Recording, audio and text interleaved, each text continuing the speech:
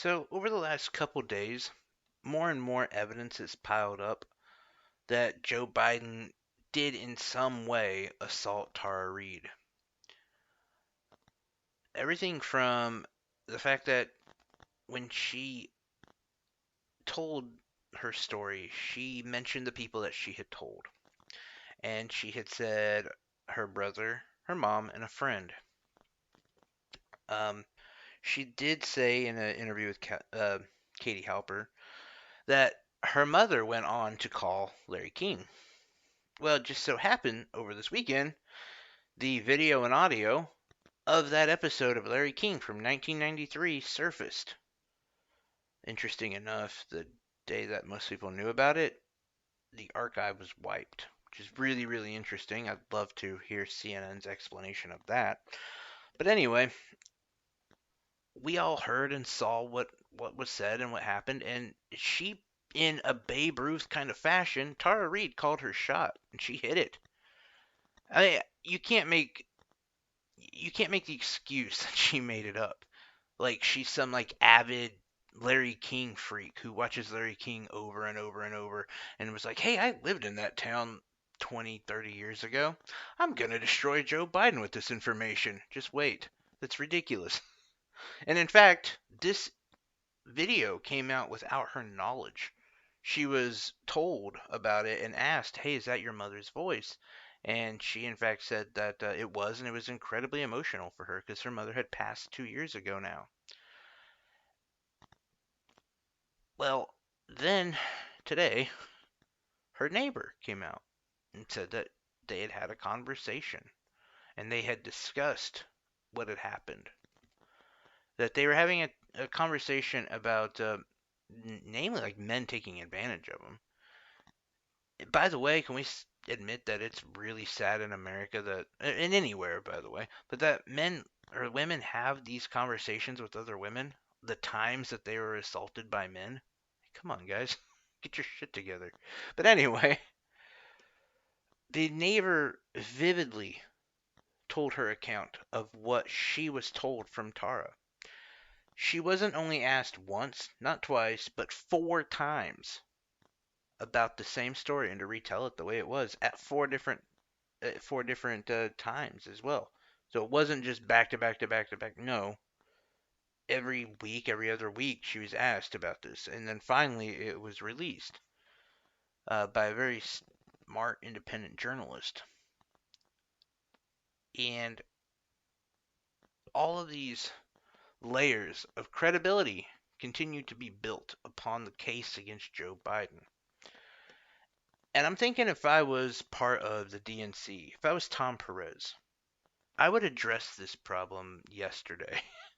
I would be on this as quick as possible because their coalition, namely, exists of older African American, older white people, and the suburban Karens of the country. And really, their big push is the suburban Karens, the middle class wine drinking, you know, soccer moms. Because they are becoming the woke warriors. They are taking the place of the millennials and the Gen Zs who are like, I'm out of here. This is bullshit.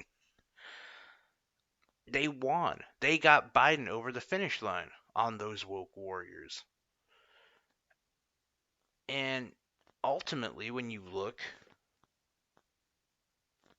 what do the woke warriors care about? What do those wine moms care about? It, they care about Trump. They hate Trump. That's really what the vote for them is about, is against Trump. In fact, some of them and a lot of Democrats actually agree with Bernie on far more policy issues. And in fact, have said in a recent poll that they don't trust Joe Biden to handle this pandemic. They don't really trust him to handle the country, but he's better than Trump. So, what does that mean when we break it down? That ultimately, the things that they care about are hating Trump. Why do they hate Trump so much? Is it because the southern, the kids down at the southern border, the families separated? Immigration issue. Is that it? No, they don't care, because Obama and Biden were doing that. They could give a shit less. Well, maybe it's wealth inequality. They don't probably even know what that is. They're fine. They are middle class. They're upper middle class. Doing good. Free education? No, their kids are going to college. They're good. Not a problem. Free healthcare. That's what it is. The healthcare problem in our country. It's a huge issue. No, they don't care about that either. So what is it? It's the fact that Trump is a misogynist.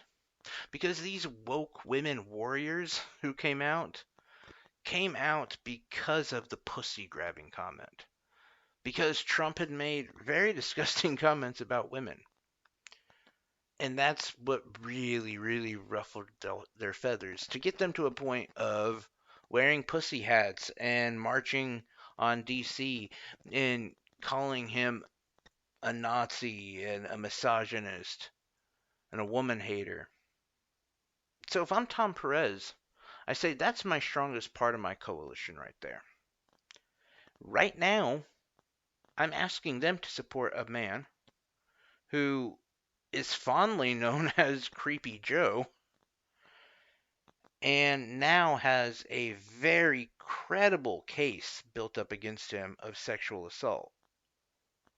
We need to handle this before we just completely dive bomb this election. Because what's going to happen if they don't recognize it. It's a real thing, and I would think losing the progressive side of the Democrats was hard enough, but losing the wine moms, they just can't. That's their worry. If they can't go into battle with the Republicans, with the wine moms, they can't go into battle. It's over. It's done. Anyway, I'm really curious what you guys think about that. You have a great day. Take care.